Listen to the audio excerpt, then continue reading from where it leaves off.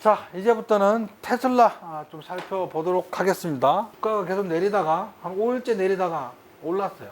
오른 이유가 머스크가 오픈 AI 비영리 단체로 남을 경우 입찰을 철회하겠다고 밝혔다는 이 뉴스 때문에 6% 올랐어요. 이거 인수하겠다고 하면서 주가가 폭락했고, 이거 철회할 가능성이 있다는 소식에 막 오르고 그랬어.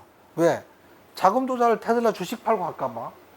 일론 머스크는 이사회가 오픈 AI를 영리 기업으로 전환하는 것을 중단할 경우 오픈 AI를 통제하는 비영리 기관에 대한 974억 달러 규모의 인수 제한을 철회하겠다고 밝혔다. 데나이브즈는 주식을 테슬라를 매수 의견이고 가격은 550달러. 그래서 550달러 가면 얘가 1조 8천억 달러로 평가되는 거고, 모건 스탠리 분석가 아담 조나스는 목표 주가를 430달러. 그는 수요일에 테슬라 AI 시대 미국 제조업 변형에서 좋은 위치를 차지하고 있다. 아담 조나스는 테슬라를 수직 통합 AI 플레이어로 본다.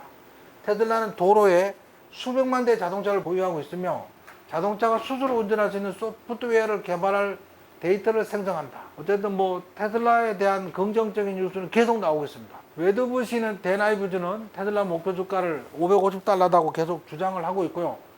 데나이브즈가 올 연말에 2조 달러 갈 거다, 시가총액, 이렇게 얘기를 하고 있어요. 2조 달러면 한 750달러쯤 됩니다, 테슬라 주가가. 월가의 우려는 머스크가 도지에 너무 많은 시간을 할애함으로써 회사에 매우 중요한 순간과 시간을 빼앗기는 거 아니냐. 근데 아까 4개월 동안 집중하겠다고 했잖아, 그죠? 그러고 나서 또 되돌아오겠죠. 머스크는 우리가 본 다른 CEO보다 항상 자신의 수많은 이니셔티브를 더 잘 균형 잡을 수 있고, 테슬라의 혁신과 기술 기계는 머스크의 도지 균형 잡기에 대한 회의론이 커지고 있음에도 불구하고 실제로 자율주행 미래, 로봇 공간의 미래로 가속화되고 있다. 2012년 이후 700만 대 차량을 생산했고 2026년 초까지 1000만 대에 이를 가능성이 있다. 누적을 얘기하는 거겠죠. 그 다음에 2025년 인도량이 약 20% 성장해서 10% 성장으로 증가하고, 올해 수치가 변한다면 핵심 장기 가치 평가와 테슬라 성장 속도에는 변함이 없다. 전반적으로 테슬라는 옵티머스를 제외하고 2조 달러 가치가 있다고 생각한다는 거지. 제가 여러분한테 여러 번 말씀드렸지만, 옵티머스가 다른 기업의 판매가 되기 시작한다면 그 매출액을 얼마가 나올지, 주가에 얼만큼 올라갈지 엄청날 걸로 예상됩니다.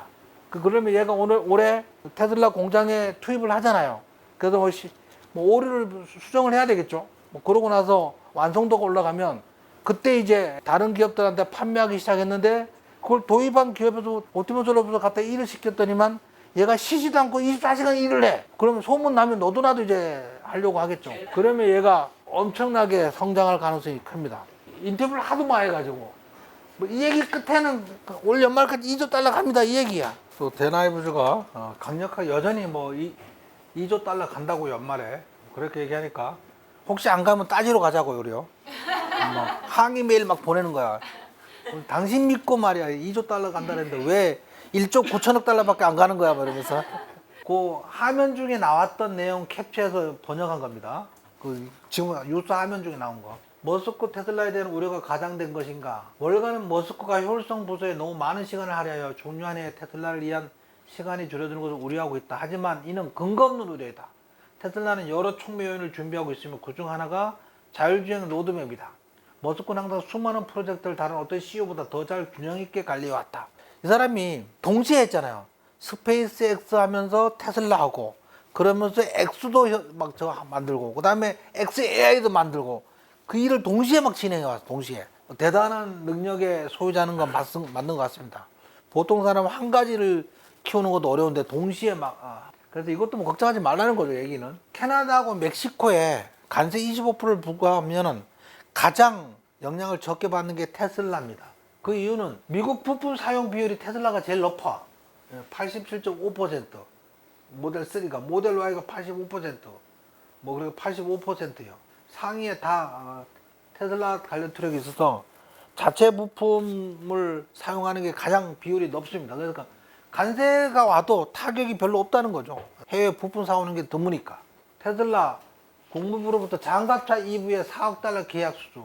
전 처음에 뉴스를 보고 이게 뭔 말인가 그랬는데, 사이버 트럭이 저거잖아요. 방탄차잖아, 방탄차. 유리도 방탄유리, 여기 총알도 못 뚫고 이렇게 이런 테스트도 했었어요, 그죠? 고위 공무원들한테 이 차를 가중차를 주면 어떠냐? 그게 한 4억 달러 정도 예상을 하나 봐요. 이 문제는 자동차 제조업체가 9월 말에 대규모 계약을 체결할 것이라고 명시되어 있고, 이 계약은 원래 조 바이든 전 대통령이 아직 백악관에 있을 때 12월에 조달 예측에 추가되었다. 국무부 계약 기획 예측에는 단순화된 인수인계가를 넘는 예상 계약에 대한 예측을 포함하고 있다. 테슬라의 전기차 중 고위 공무원을 보호하기엔 장갑을 장착할 차량이 어느 게 나와 있지는 않지만 당연히 사이버 트럭이라는 거죠. 만약에 이게 체결되면 사이버 트럭 매출이 갑자기 막 굉장히 증가할 확률이 가능성이 있습니다. 이게 우리나라는 필요 없잖아요. 근데 미국은 총기 소유가 국가다 보니까 이런 방탄 기능이 필요한 거지. 테슬라는 여전히 6월에 오스틴에서 자율주행 승차 서비스를 출시하고 올해 말까지 미국 여러 도시를 출시할 계획이다. 그 기준은 평균적인 인간 운전자보다 훨씬 높은 안정성을 달성할 거고, 궁극적으로 자율주행차는 인간 운전하는 것보다 1000% 이상 더 안전하다. 더 안전하다. 그렇게 자신있게 말하고 있습니다. 소요 메리트가 장문에 글을 썼는데 제가 번역을 했어요. 테슬라 주식의 현재 하락률은 최고치 대비 약 30%다. 지금은 올랐어. 지금 올라서 한 17% 돼요. 근데 최고 하락일 때 이 글을 쓴 거야.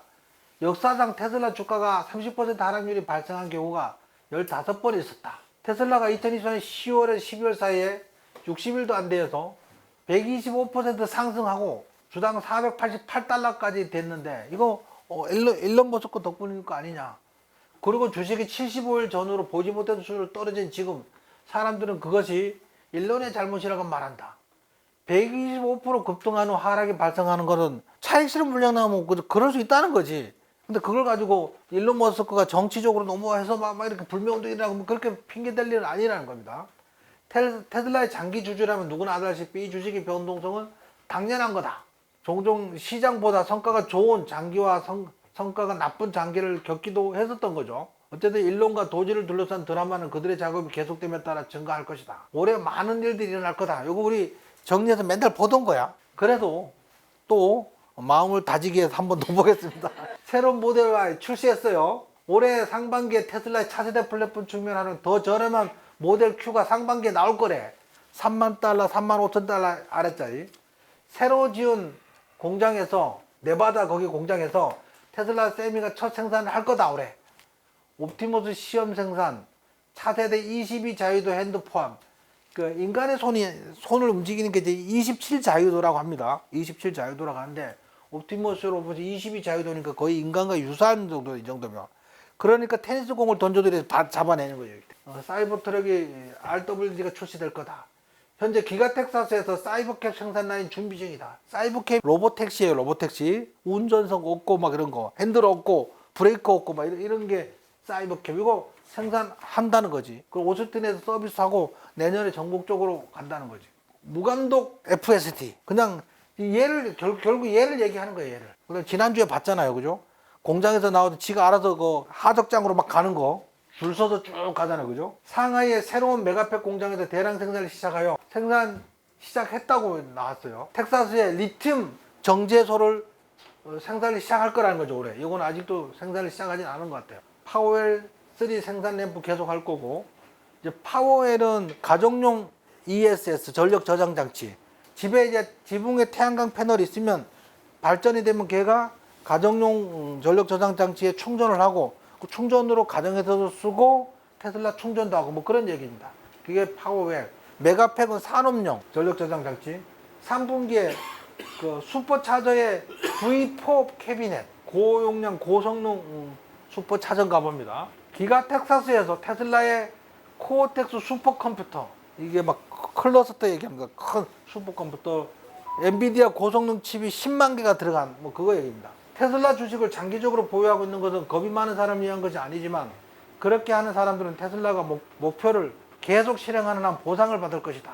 흥미로운 일이 곧 있을 테니 안전띠를 매세요. 이렇게. 그래서 이제 테슬라를 제가 코로나 때부터 오르내린 거를 이제 정리를 한번 해봤어요. 코로나 때문에 폭락을 해서 60% 폭락을 했는데, 이때 아크 인베스트에서 캐시우드가 테슬라 대량 사서 7배 수익을 냈어요, 여기서. 그래가지고 아크 인베스트가 유명해진 거야. 그 사람은 아크 인베스트 이렇게 급락하면 테슬라를 자꾸 편입해. 테슬라 주식 투자를 가장 잘하는 사람이 아크 인베스트먼트의 캐시우드 같아요. 많이 올라서 그때 이게 6배인가 올라서 24달러에서 165달러까지니까 그죠? 5, 6배 올랐는데 또 35%또 꼬꾸라졌어. 이게 왜 꼬꾸라졌냐면 S&P 500에 편입될 거라는데 편입이 연기됐어. 그래 폭락했어. 이때부터 이제 저희 수강생들한테 제가 테슬라 주식 지금 사야 됩니다. 사야 됩니다. 반강제적으로 사자 그랬어요. 그들이 이제 많이 올랐었죠. 그러고 또 한 40%또 떨어졌어. 그러더니만 또 갑자기 막 엄청나게 올랐어. 그러더니만 또 40%또 떨어지고 또 오르더니만 40%또 떨어지고 또 오르더니만 45%또 떨어지고 여기까지 떨어졌는데 일론 머스크가 트위터 인수한다고 주식 팔았다는 소식이 여기까지 더 떨어진 거야. 그리고 또 100% 올랐다가 또 30% 떨어지고 또 100% 올랐다가 또 54% 떨어지고 정신없이 떨어지네. 그러다가 작년에 139달러 갔었죠. 캐시우드가 이때 또 산다 그랬어. 다 테슬라 이제 끝장났다고 생각하는데 게리 블랙은 막 테슬라를 자기 포트폴리오에서 청산하고 막 그랬어. 근데 캐시우드는 또 샀어. 그러고 나서 이제 6월달 로보택시 데이 행사 때문에 급등했어요. 그러더니만 또 연기됐다는 소리가 하락하더니만 또 10월 로보택시 데이 이후 내려가다가 여기까지 올랐다가 30% 떨어졌어요. 30% 떨어졌어. 지금 또 올라가지고 한 17% 떨어진 걸로 마감을 했습니다. 그러니까 너무 흔들리지 말라는 거예요. 뭐만 보면 된다고요? 큰 흐름을 봐, 큰 흐름. 우리 큰 흐름은 지금 다 알잖아, 그죠? 이렇게 될 거다. 그래서 30% 떨어진 적도 여러 번 있었어요. 근데 얘가 성장이 멈추면 그때부터 주가 변동성이 이렇게 안 커. 지금 얘가 계속 성장 중이다 보니까 이렇게 올랐다 내렸다 올랐다 막 이러는 거예요. 예를 들면 애플도 예전에는 올랐다 내렸다 올랐다 내렸다 하지만 지금 더 이상 혁신이 없잖아. 이렇게 애플 주가가 안정적으로 쭉 가는 거랑 같아요. 그러니까 이 변동성이 있는 게 더 좋은 거야. 변동성이 없으면 애플 주가는 안 올라가잖아. 우리 애플 투자 안 하잖아요. 왜? 나쁜 주식에서 안 하는 게 아니고 많이 안 올라서 안 하는 거잖아. 그러니까 아직 이렇게 변동성이 크면 갈 길이 멀다는 뜻이야, 얘가. 근데 정말 높이 올라갔어. 그러면 또 우리 그 분열기라 그래서 그때 변동성이 커지면 주가가 하락하잖아요. 근데 얘는 지금 시작 단계야. 그래서 편안하게 지켜보셔도 됩니다. 그 한 달 전에 비해서 6%, 지금 이제 다시 올랐겠지. 6개월 전에 비해서 66% 수익. 1년에 비해서 75% 수익. 1년 전에 비해서, 1년 전에. 2년 전에 비해서 69% 수익. 3년 전에 올랐던 때였으니까 15% 수익. 5년 전, 이때가 5년이야. 저 코로나 때. 447% 수익. 근데 10년 전에 비해서 2220% 수익. 상장 후 24,000%. 근데 아직 갈 길이 멀어. 신념을 가지세요. 주식은 이렇게 가는 게 아니고 어떻게 간다고요? 뭐 이러면서 가는 거야, 이러면서 이렇게. 그냥 안 가. 꼭 사건, 사고가 터져. 그래서 길게는 예상할 수 있지만 단기적으로는 주가를 정확히 예상할 수가 없어. 왜? 예상치 못한 사건, 사고가 계속 터지기 때문이야. 그 독일 같은 경우는 노조가 불지르고 막 그런 일도 벌어지고 갑자기 거기 수에즈 운하에 그 예멘 반군이 막 공격해가지고 수에즈 운하가 막히기도 하고 또 한 번은 에버그린인가 수에즈 운하에 침몰해가지고 수에즈 운하를 막고 있어가지고 막 배들이 서 있고 이런 거 어떻게 예측하냐고.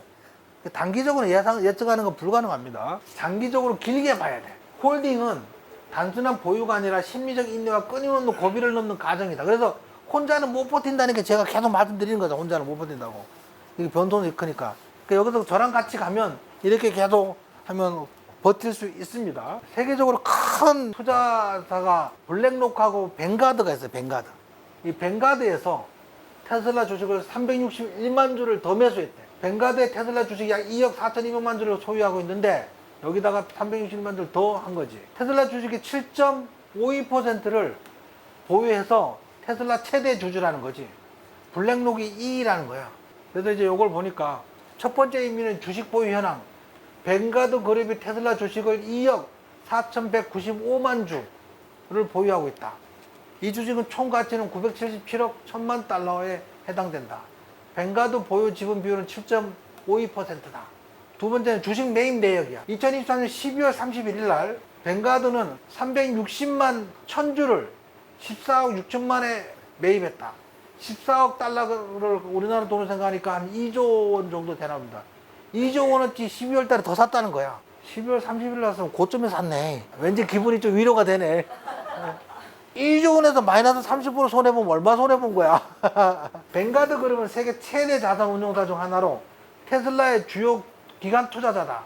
최근 추가 매입을 통해 테슬라에 대한 신뢰를 보여주고 있으며 이는 장기적인 성장 기대를 반영할 가능성이 있고 이러한 기관 투자자의 움직임은 테슬라 주가에 영향이 있다. 이런 게 나오면 이제 개인들이 너도나도 주식을 더 편안하게 살 수 있습니다. 그러면 주가가 올라갈 수 있어요. 전국민 자율주행 시대 BYD가 자율주행 무료로 푼다 뭐 이렇게 뉴스가 나와가지고 걱정을 하시는 말씀들이 이제 몇몇 분들한테 계셨는데 다 개뻥이라는 거예요. 개뻥. 뭔 말이냐면 중국 내에서 BYD한테 중국 사람들이 너희들은 저렴한 자율주행 그거 자율주행 아니고 그냥 아다스 자율주행 보조 시스템이야.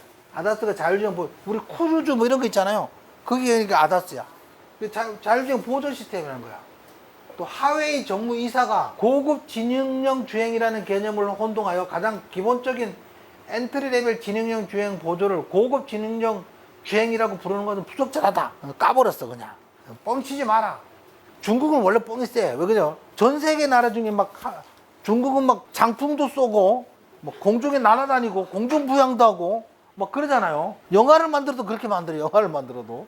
추가 코멘트. 고급 지능형은 일반적으로 자율주행, 원격주행, 자동주차 같은 더 높은 수준의 자율주행 기술을 말하고 이러한 기술에는 보다 고급 센서가 필요하고 알고리즘과 컴퓨터 플래핑 지원을 통해 보다 스마트하고 안전한 운전을 경험을 구현한다. 가격을 올리지 않고 양을 늘리는 고급 지능형 주행에 대중화는 필연적으로 전체 산업의 제조 비용을 더욱 증가할 것이다. 따라서 20만 이하의 가격대 모델에서는 고급 지능형 주행 대중화는 어렵다. BYD 신혜는 그만두자. 니들 맘대로 해라. 이렇게 당사 판매 차량 중 극소수에게만 적용되고 나머지는 다 별거 아니라는 거죠. 그래서 여기에 이제 메리츠 증권의 김승선 차장이라는 사람이 이 내용을 자세히 분석을 했어. 자세히 분석을 해서 올렸는데 제가 얘를 챗GPT한테 야 보기 좋게 정리해줘. 그래서 정리를 했어요. BYD 자율주행 전략 발표.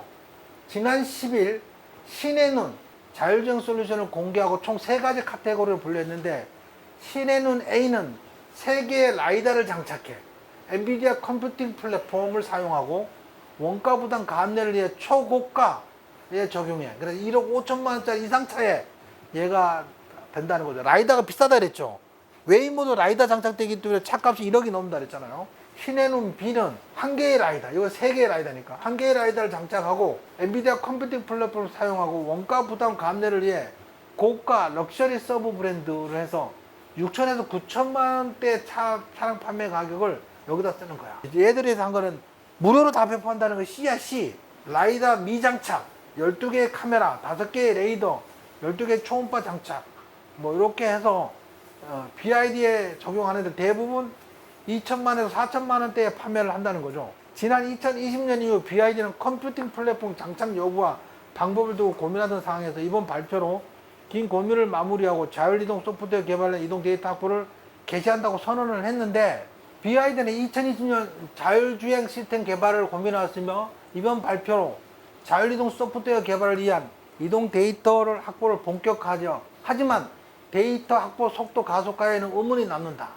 이동 데이터의 중요성은 자율주행 시스템은 인지, 판단, 제어 과정을 거치는데 이를 원활하게 처리할 고성능 영상차 장치와 강력한 소프트웨어 프레임워크가 필수적인 거라는 거죠. 신혜는 A, B는 테슬라, 하웨이, 니오, 사이펑 등과 비슷한 수준의 연산 성능을 갖춘 플랫폼을 사용을 하고 신혜는 C는 BYD 메인 브랜드 차량의 연산 성능은 제한적으로 도심 자율주행 훈련에 대한 질적 데이터 확보가 어렵다. 신혜는 A가 들어가는 양왕인가요? 양왕 브랜드는 전체 판매량의 0.1%에 불과하고 신혜는 B가 들어가는 덴자는 3% 정도 들어간다는 거예요. 나머지 96에서 97% 차량은 성능이 제한된 우리나라 차 사면 다 있는 거 크루즈 이런 거 있잖아요. 요즘은 우리나라 차도 그 자율주행 보조 시스템도 굉장히 뛰어난 게 많이 있더라고요. 어쨌든 지금 부족하다는 거야. 불가능하다는 거지. 결론은 BYD는 센서가 아니라 지능 스마트카 시장이 확대되는 상황에서 BYD는 데이터 및 AI 경쟁력 확보 전략을 명확히 제시하지 못한다. 그래서 아이가 이거는 별거 아니다. 이렇게 얘기를 한 겁니다. 핵심 요약. BYD가 신혜는 자율주행 솔루션을 발표해서 실제 적용 범위가 매우 제한적이다. 초고가 차량한테만 한다. 대부분 BYD 차량은 성능이 낮은 신혜는 C를 사용, 충분한 데이터 확보가 어렵다. 자율주행 AI 개발에 대한 질적 데이터가 부족하여 장기적으로 경쟁력이 약화될 가능성이 있다. BYD가 진정한 스마트카 경쟁력을 확보하려면 센서가 아니라 AI 및 데이터 기술 핵심 과제. 이런 것 때문에 뭐가 필요하다고요? 슈퍼 클러스터, 큰 도조2나 뭐 이런 것처럼 아까 코텍스 같은 클러스터 큰 게 필요한 거야. BYD는 눈이 아니라 두뇌 개발에 집중해야 하며 현재 전략으로는 테슬라, 하웨이, 니오 등과 경쟁에서 불리할 가능성이 크다는 분석이다. 일론 머스크에 대해서 페이팔을 만들어서 인터넷 뱅킹을 파괴했어요. 스페이스X로 재사용 가능한 로켓으로 로켓을 파괴했다. 테슬라는 전기차와 자율주행 기술로 자동차를 파괴했다. X는 언론의 자유로 소셜미디어와 기존 미디어를 파괴했다. 요번에 이제 트럼프 대통령 선거 때 여실히 드러났잖아. 트위터로 선거운동을 했잖아요. 도지는 투명성으로 거버넌스를 파괴하고 있다. 테슬라는 휴머노이드 로봇으로 노동을 파괴하고 있다. 보링 컴퍼니 터널로 교통 정체 이런 거를 파괴할 것이다. 뉴럴링크는 내 칩으로 연결성을 파괴하면서 식물인간도 일어나고 장애인들도 일어나서 걸을 수 있게 만들어진 게 뉴럴링크잖아요. 그죠? 이런 어마어마한 혁명을 계속 이루고 있어요. 일론 머스크가. 대단할 것 같습니다. 지금까지 한 것만 해도 대단합니다. 천재란 말로 부족한 거죠. 일론 머스크가 그럭3가 최종 단계에 있으면 모든 챗봇보다 성능이 우수하다고 밝혔다. 보통은 그러니까 막 그렇게 하면 약간 뻥인 경우가 많잖아. 얘는 제때 못 내서 그렇지 나오면은 대부분의 사람들이 만족한 경우가 많았어요. 지금까지. 뻥을 치는 거는 시기를 뻥을 쳐. 내일 나올 거야. 근데 막 1년 뒤에 나오고 막 이렇게. 근데 성능은 대부분 만족하고 있습니다. 자, 여기까지 테슬라는 다 얘기가 됐고요.